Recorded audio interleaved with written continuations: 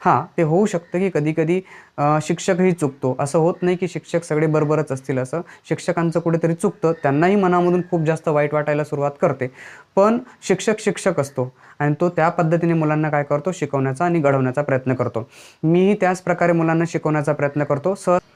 तर बघा, आपल्याला आज पॉझिटिव्ह पॅरेंटिंग काय असते त्याच्याबद्दल जाणून घ्यायचं आहे. कधी-कधी काय होतं की मला बऱ्याच वेळा पालक भेटायला येतात आणि भेटायला आल्यानंतर ते म्हणतात की सर, आमचा हा जो मुलगा आहे किंवा मुलगी ही बिलकुल बी अभ्यास करत नाही. तुम्ही काहीतरी करा की जेणेकरून हे मुलं काय करतील, अभ्यास करायला लागतील असं.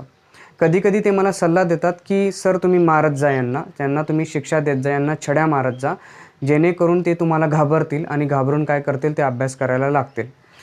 आता कधी-कधी मलाही वाटायला लागतं, की मग आपण यांना शिक्षा करायला पाहिजे आणि शिक्षा करून काय होईल, की हे मला घाबरतील किंवा त्या छडीला घाबरतील आणि छडीला घाबरून काय करतील, हे घरी जाऊन मी जो दिलेला अभ्यास आहे ते करून आणतील असं. पण काही गोष्टींमध्ये हे होतं, पण काही गोष्टींमध्ये किंवा काही मुलांच्यामध्ये हे बिलकुल बी होत नाही. कारण ते मग मानसिकता तयार करून आले असतात, की जाऊ दे, सर आपल्यांना किती छड्या देईल, 4 छड्या देईल किंवा 5 छड्या देईल. मग तेवढ्या आपण छड्या खाऊन घेऊ, जाऊ दे, मार खाऊन घेऊ आणि मार खाल्ल्यानंतर काय फरक पडत नाही. मग ह्या गोष्टीने काय होतं, की जर आपण त्यांना मारायला सुरुवात केली किंवा आपण छड्या द्यायला सुरुवात केली किंवा शिक्षा द्यायला सुरुवात केली, तर ते स्वतःची मानसिकता तयार करतात आणि या मानसिकतेने काय होतं, की ते छड्या खायलासुद्धा तयार होतात, पण अभ्यास करणार नाही. मग मला कधी-कधी वाटतं, की एखाद्या मुलाला मारलं गेलं असेल किंवा शिक्षा केली गेली असेल, तर ह्याच्याने एक गोष्ट अजून घडते, की पालकांच्या सोबतसुद्धा हे होतं, की त्यांना आपल्या मनातून गिल्टी फील व्हायला सुरुवात होते. म्हणजे गिल्टी फीलचा अर्थ होतो, की आपल्याला स्वतःला आपण खायला सुरुवात करतो किंवा आपल्याला असं वाटतं, की आपण काहीतरी गुन्हा केला आज. आपल्या मुलाला आपण मारायला नको होतं किंवा तो लहान होता, त्याला आपण समजून सांगायला पाहिजे होतं. ह्या गोष्टी आपल्याला नंतर समजायला सुरुवात होते. तर मला तुम्हाला त्याच गोष्टीला सांगायचं आहे, की पॉझिटिव्ह पॅरेंटिंग कशी असते आणि पॉझिटिव्ह पॅरेंटिंगचा जो इफेक्ट असतो तो मुलांच्यावरती किंवा मुलीच्यावरती कसा होतो. तर बघा, लक्षात ठेवा, की कधी-कधी काय होतं, की मुलांच्यावर आपण जोरजोराने ओरडतो आणि ओरडल्याने काय होतं, की आपल्याला खूप जास्त संताप होतो किंवा खूप जास्त ताप व्हायला सुरुवात होतो. आपण खूप जास्त रागाच्या भरात असतो आणि या रागाच्या भरात आपण त्यांना खूप जोरदार, म्हणजे कधी-कधी खूप जोराने मारलं जातं किंवा खूप जास्त संताप त्याच्यावरती व्यक्त केला जातो. आपल्याला वाटतं, की तो जे काही काम करतोय ते सगळं चुकीचं आहे असं किंवा ते चुकलेलंच आहे असं. आता मग आपण काय करायला पाहिजे, की त्याने आपलं ऐकायला पाहिजे. तुम्ही कधी पाहिलं असेल, की लहान-लहान मुलं असतात, हे एखाद्या दुकानावर जर गेले, तर ते इतके हट्ट करतात, की त्यांना आपल्याला ती वस्तू घेऊन द्यावीच लागते आणि आपण बाहेर काही बोलूही शकत नाही कधी-कधी. कधी-कधी ते घरातही खेळतात. खेळताना काही वस्तू तोडतील, फोडतील, इकडची वस्तू तिकडे करतील किंवा ते खेळतच असतात, काही ना काही करत असतात आणि याच्याने आपला जो मनस्ताप आहे तो अजून काय करतो, वाढायला सुरुवात करतो. मला वाटतं, की याच्यावरती एक उपाय आहे, ज्याला पॉझिटिव्ह पॅरेंटिंग म्हणतात.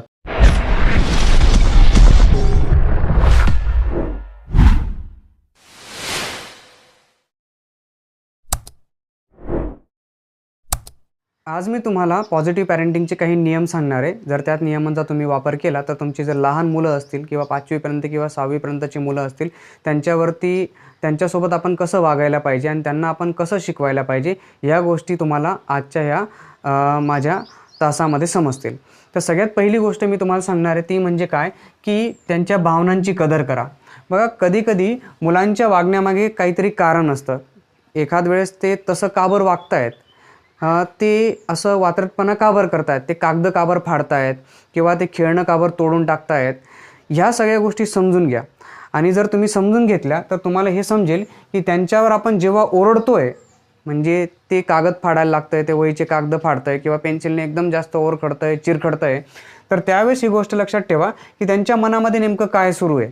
जर तुम्ही त्यांच्या मनामधली गोष्ट समजून घेतली, त्यांच्या भावना समजून घेतल्या, तर समजून घेतल्यास ते लवकर ऐकून घेईल तुम्हाला.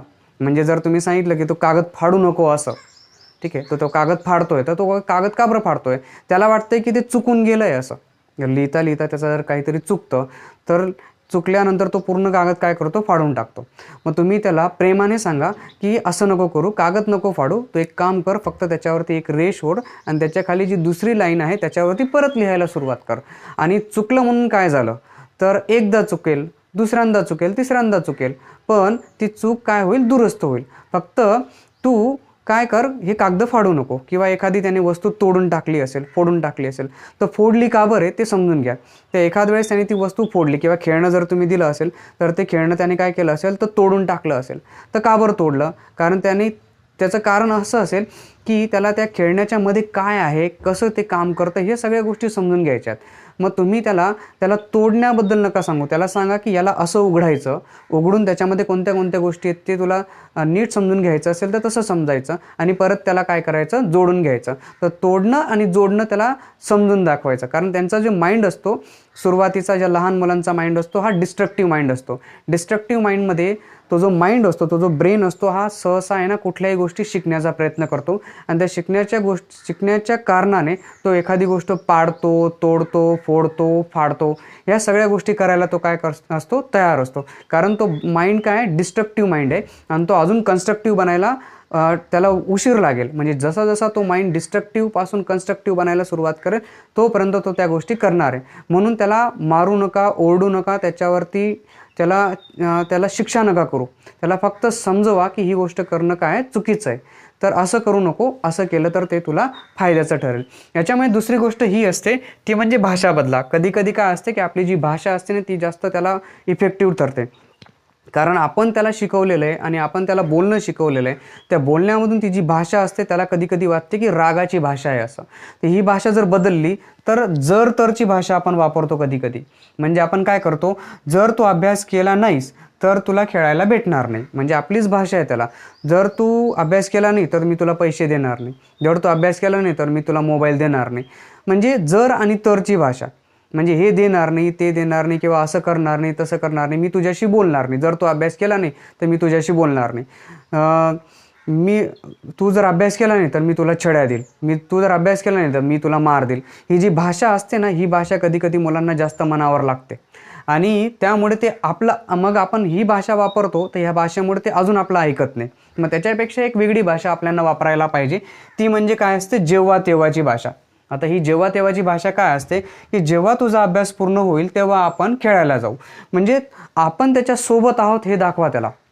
जर आपण जेव्हा आणि तेव्हाची भाषा वापरली, जर तुझा अभ्यास पूर्ण केला ना तर आपण बाहेर फिरायला जाऊ, किंवा जर तुझा अभ्यास पूर्ण केला ना तर आपण कुठेतरी बागेमध्ये फिरायला जाऊ, किंवा जर तू अभ्यास केला असेल तर मी तुला ही गोष्ट घेऊन देईल. म्हणजे त्याच्यासोबत मैत्रीचं नातं तयार करा. जर तुम्ही मैत्रीचं नातं तयार केलं असेल, तुमची भाषा जर त्याच्याशी बोलण्याची बदलली असेल तर तो तुमच्याशी प्रेमाने राहील, किंवा तो प्रेमाने वागेलही, आणि तुम्ही सांगितलेल्या गोष्टी तो करेल. अदरवाईज तो करणार नाही, तो खूप जास्त प्रमाणामध्ये काय करेल, अजून जास्त चिडेल. जर तरच्या भाषेमध्ये ते मुलं अजून जास्त चिडतात.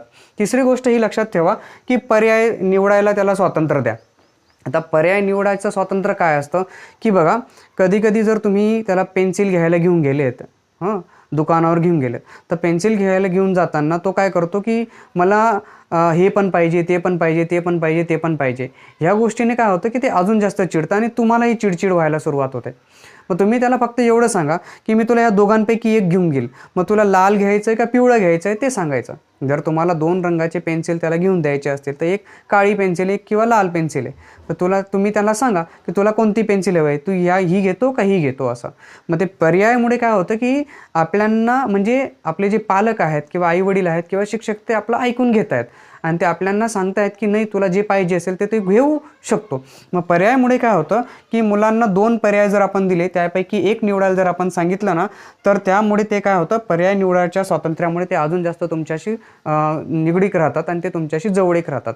मग त्याला सांगत चला, तुला निळा शर्ट पाहिजे का मग काळा शर्ट पाहिजे, किंवा त्याला पर्याय सांगा. तुला एक इरेझर पाहिजे का पेन्सिल पाहिजे, किंवा तुला हे शार्पनर पाहिजे का ते शार्पनर पाहिजे, हे काय करा, तुम्ही त्याला पर्याय निवडायला सांगा. त्या पर्यायाने काय करा, ते अजून जास्त तुमच्याशी जवळ यायला सुरुवात करेल. दुसरी अजून एक गोष्ट असते की तुम्हाला कधी कधी एकदम जास्त संताप येईल किंवा ताप येईल, एकदम जास्त स्ट्रेस होऊन जातो कधी कधी मुलाच्या वागण्याचा. तुम्हाला बिलकुल बी त्याला वाटतं की तो आवडत नाही, किंवा त्याचं सगळं काम काय आहे चुकीचं आहे असं. आता ह्या गोष्टी ज्यावेळेस घडत आहेत त्यावेळेस तुम्हाला इतका जास्त ताप येईल, तुम्हाला जास्त असं वाटेल की खूप जास्त याला मारावं, खूप जास्त याला शिक्षा करावी. एकदम जास्त जो आपला ब्रेन असतो तो अनस्टेबल होऊन जातो अशा कंडिशनमध्ये. तर त्याच्यासाठी एक गोष्ट लक्षात ठेवा, तुम्हाला 5 सेकंद थांबायचं आहे, थोडंसं रिलॅक्स व्हा, 5 सेकंद रिलॅक्स व्हा.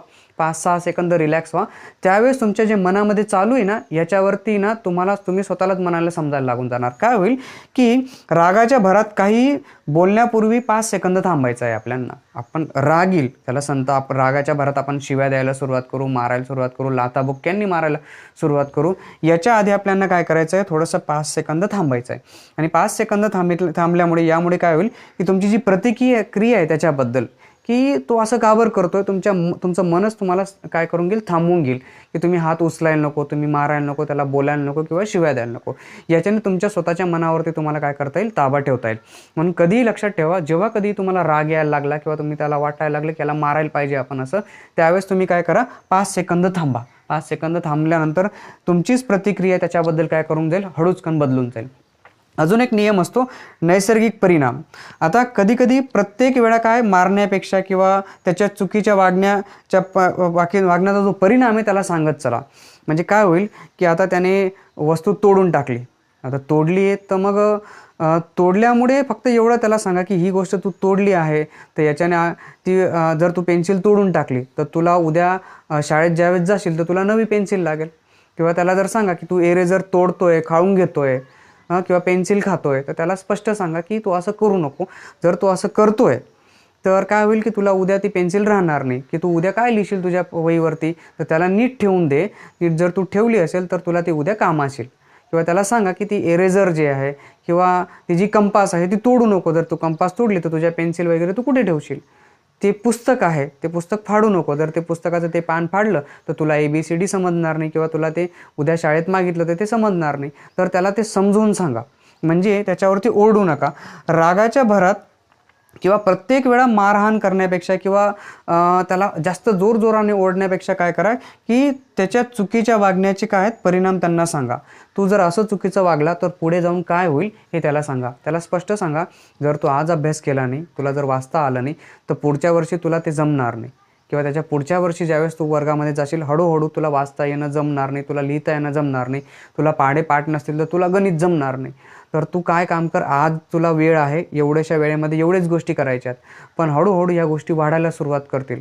तुला त्याला फक्त परिणाम सांगून द्या की तुझ्या या चुकीच्या वागण्यामुळे पुढचे काय परिणाम होतील, त्याला कंपॅरिझन दाखवा. या कंपॅरिझनने काय होईल, त्याच्यावरती अजून थोडेसे मनावरती फरक पडायला सुरुवात करेल. अजून एक असते टाईम इनवाला कन्सेप्ट. टाईम इनवाला कन्सेप्ट तुमचा 6 नंबरचा येतो. मुलाला एकटे सोडू नका. कधी कधी आपण काय करतो की तो आपला ऐकत नाही ना, म्हणून आपण त्याला काय करतो, मी तुझ्याशी बोलणार नाही, चल जा. किंवा आपण त्याच्याशी वागतो की आजपासून तू माझ्याशी बोलायचं नाही, आपण त्याला एकटं सोडून देतो. तो एकट्या कोपऱ्यामध्ये जाऊन बसून राहतो. आणि ह्या गोष्टीमुळे काय होतं की तो मुलगा एकटा पडतो आणि एकटा पडल्यामुळे त्याच्या मनामध्ये जे काही सुरू येतो ते करायला सुरुवात करतो. मग ते मारणं, बोलणं किंवा काही गोष्टी असेल, ह्या सगळ्या गोष्टी तो करतो. मग ते करण्यापेक्षा आपण काय करायला पाहिजे की आपण त्याला एकटं न सोडता काय करायला पाहिजे, त्यांना जवळ घेऊन त्याच्याशी गप्पा करा. त्यामुळे काय होईल की त्याला सुरक्षित वाटेल. त्याला वाटतं की नाही, हे आपल्याला मारणार नाही किंवा आपल्याला काही बोलणार नाही. त्याच्याने काय होईल की त्याला डिफेन्सिबल वाटायला लागेल, त्याला सुरक्षित वाटायला लागेल. ठीक आहे, दूर नका ढकलून देऊ त्यांना, कारण त्यांना जर तुम्ही दूर ढकलायला लागेल तर त्याला जे वाटतंय तो ते करायला काय करेल, सुरुवात करेल. फक्त त्यांना चुकीच्या गोष्टींना सांगत चला. ठीक आहे, त्यांना एकटं नका सोडू. एकटं सोडल्याने लहान मुलं किंवा ते मुलं जे असतात ते आपल्या मनाप्रमाणे वागायला काय करतात, सुरुवात करतात. दुसरं असतं त्यांचं कौतुक करा. बघा, कुठल्याही गोष्टी आहेत, ते लहान असो किंवा मोठं असो, तुमचा मुलगा 1च नंबर यायला पाहिजे, तुमचा मुलगा 2च नंबर यायला पाहिजे किंवा 3च नंबर यायला पाहिजे किंवा पहिल्या 10मध्येच असायला पाहिजे किंवा पहिला 3च त्याचा नंबर यायला पाहिजे, असं काही राहत नाही. बघा, ऐकून घ्या, कधी कधी मुलं खूप जास्त अभ्यास करतात. मलाही याचा अनुभव मागच्या पेपर्समध्ये आला. क्लासमध्ये मी पेपर्स घेतले.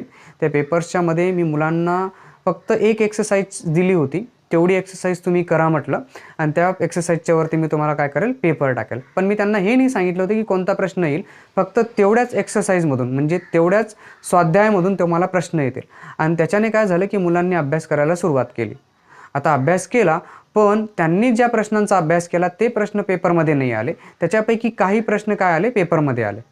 काही पोरांनी पूर्ण अभ्यास केला होता, म्हणजे सगळ्या प्रश्नांचा अभ्यास केला होता, म्हणून त्यांनी पूर्ण पेपर लिहिला. काही मुलांनी काय केलं की जेवढे पेपर त्याने लिहिले होते, म्हणजे जेवढा त्याने अभ्यास केला होता, जेवढ्या प्रश्नांचा अभ्यास केला होता तेवढेच त्यांनी लिहिले. आणि काही मुलांनी बिलकुल बी अभ्यास केला नव्हता, म्हणून त्यांनी काहीच नाही लिहिलं. त्यांना वाटलं की आपण काय नाही, असंही आपल्याला लिहिता येणार नाही किंवा वाचता येणार नाही. म्हणून ह्या मुलांनी काय केलं की ज्याला जेवढं आलं, ज्याला जेवढं मेहनत करता आलं तेवढ्या मेहनतीने त्यांनी केलं. तर मग ह्या गोष्टीने काय झालं की ज्या मुलांना मी बक्षीस द्यायला पाहिजे होतं त्यांना बक्षीस दिलं. आता बाकी मुलं असे बी होते की ज्यांना मी बक्षीस द्यायला नको होतं, कारण 1, 2, 3चाच आपला नियम असतो. सगळीकडे तसाच नियम वापरला जातो सध्या की माझा पहिला नंबर आहे, दुसरा नंबर किंवा तिसरा नंबर आला तरच मी त्यांना काय करायला पाहिजे, बक्षीस द्यायला पाहिजे, हे नियम वापरले जातात. पण मी ते न करता काय केलं की मुलांनी जी मेहनत केली होती त्यांनी मला स्पष्ट सांगितलं. त्याच्यापैकी काही मुलांनी मला उत्तर दिलं की सर, आम्ही खूप जास्त अभ्यास केला, मेहनत बी केली, पण आम्हाला ते लिहिता नाही आलं किंवा आम्हाला लिहिणंच जमलं नाही किंवा आम्ही मेहनत केली पण माझ्या प्रश्नांची उत्तरच नाही आली. मी त्यांच्याशी संवाद साधल्यानंतर त्यांनी मला त्यांच्या मनातले उत्तर सांगितले, आम्ही काय केलं आणि आम्ही किती मेहनत केली आणि त्या मेहनतीमुळे आम्हाला काय त्या मेहनतीमुळे की मेहनत जी होती आम्ही केली पण आमचे प्रश्न नाही आले, म्हणून आम्हाला लिहिता नाही आलं किंवा म्हणून आम्हाला कमी मार्क्स आले, हे मला मुलांनी सांगितलं. पण मी असं न करता मी प्रत्येकाला बक्षीस देण्याचा काय केला, प्रयत्न केला. माझ्याकडे जेवढे विद्यार्थी आले त्या विद्यार्थ्यांना मी प्रयत्न केला बक्षीस देण्याचा. हां, ते होऊ शकतं की कधी-कधी शिक्षकही चुकतो. असं होत नाही की शिक्षक सगळे बरोबरच असतील असं. शिक्षकांचं कुठेतरी चुकतं. त्यांनाही मनामधून खूप जास्त वाईट वाटायला सुरुवात करते. पण शिक्षक असतो आणि तो त्या पद्धतीने मुलांना काय करतो, शिकवण्याचा आणि घडवण्याचा प्रयत्न करतो. मीही त्याच प्रकारे मुलांना शिकवण्याचा प्रयत्न करतो. सहसा मला मारण्याचं बिलकुलही आवडत नाही, कारण मारल्याने मला स्वतःला मी मनाला खायला लागतो की मी चुकीचं करतोय असं. आणि पालक मला सहसा प्रयत्न करतात की तुम्ही शिक्षा करत जा, खूप जास्त मारत जा यांना आणि तुम्ही जर मारलं तर ते मुलं सुधारतील. पण मी त्या पद्धतीचा बिलकुल बी अवलंब करायला तयार होत नाही. होतं माझ्याने कधी-कधी मुलांना शिक्षा केली जाते आणि त्याच्यामुळेच मला सुद्धा मनाला वाईट वाटायला सुरुवात करते. म्हणून मी आता सहसा प्रयत्न करतो की मुलांना मारायचा नाही असं. तर मला वाटतं की तुम्हाला हे 7 नियम समजले असतील. तर हे 7 नियम मी परत एकदा सांगतो.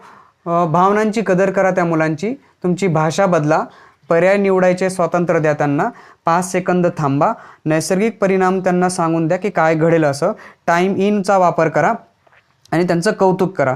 मुलं किती हुशार आहे यापेक्षा त्याने एखादी गोष्ट करण्यासाठी किती मेहनत घेतली याचे कौतुक केल्यास त्यांना काय होईल, आत्मविश्वास वाढायला सुरुवात करेल आणि ते पुढे जाऊन अजून मेहनत करतील.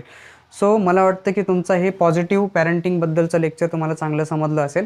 ठीक आहे, जर तुम्हाला आवडलं असेल तर इतर लोकांना सुद्धा शेअर करा, त्यांच्यासुद्धा मुलांच्यासाठी हे लेक्चर गरजेचं आहे. So thank you for watching this video.